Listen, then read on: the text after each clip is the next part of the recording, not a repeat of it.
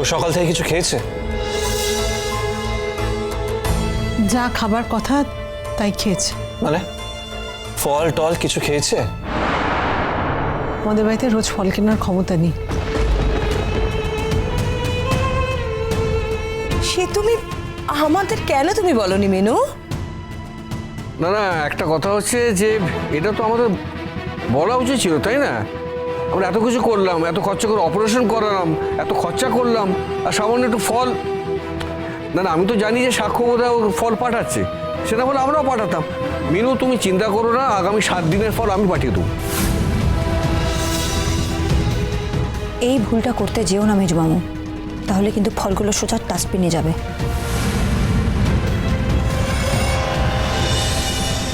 তোমাদের পাঠানো ফল আমি এখন অবধি খাইনি, খাচ্ছি না, আর কোনোদিনও খাবও না।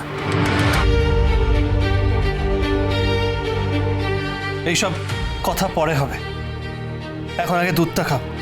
দাও। সরি,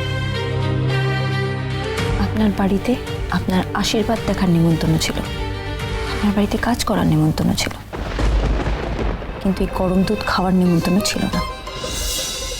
আপনি আমাকে দরদ দেখাতে আসবেন না, যার প্রতি দরদ দেখানো তাকে দেখাবেন। আমি আপনার দরদের প্রত্যাশা করি না। মা, তুমি রান্নাঘর পরিষ্কার করে দিয়ে চলে এসো, আমি যাচ্ছি। ঝিল, আমারও তো হয়ে গেছে রে মা, চল আমিও চলে যাবো এখন। চলে যাচ্ছ মানে? আপনার আশীর্বাদ তো দেখলাম, আরো কিছু দেখা বাকি আছে? ওই পরিবেশনের সময় একটু হাতে হাতে কাজ করে দিতে পারতিস।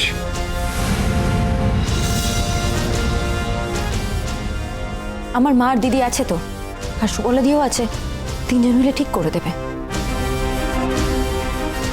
এখন পরিবেশন করার রিস্কটা আমার নেওয়া ঠিক হবে না।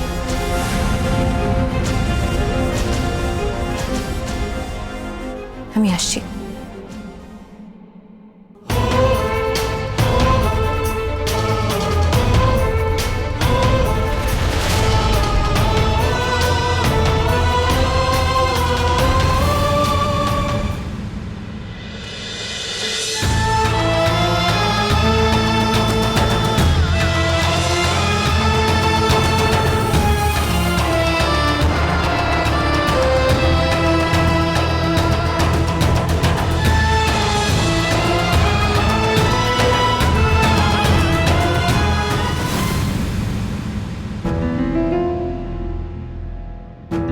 বাবা ডেকেছিল?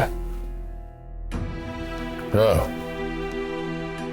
দেখো, তুমি তো আমার সন্তান, বাবা হিসেবে আমার একটা দায়িত্ব থাকে। এখন তুমি বড় হয়েছো, তোমার একটা বিবেচনা তৈরি হয়েছে, বিচার বুদ্ধি তৈরি হয়েছে, তাই তোমাকে আমি কিছু কথা বলতে চাই, অবশ্যই তোমার অনুমতি নিয়ে। বাবা, তুমি এইভাবে ফর্মালিটি করে আমার সাথে কথা বলছো কেন? দেখো, তুমি একজন অ্যাডাল্ট, আমি তোমার মতামতের উপর আমার মতামতটা চাপিয়ে দিতে পারি না। আমার কোনো মতামত তোমাকে জানানোর আগে তোমার পারমিশন আমাকে নিতে হবে, আর বললেই যে সেগুলো তোমায় মানতে হবে তার কোনো মানে নেই। তুমি শুনে রাখতে পারো। বাবা প্লিজ।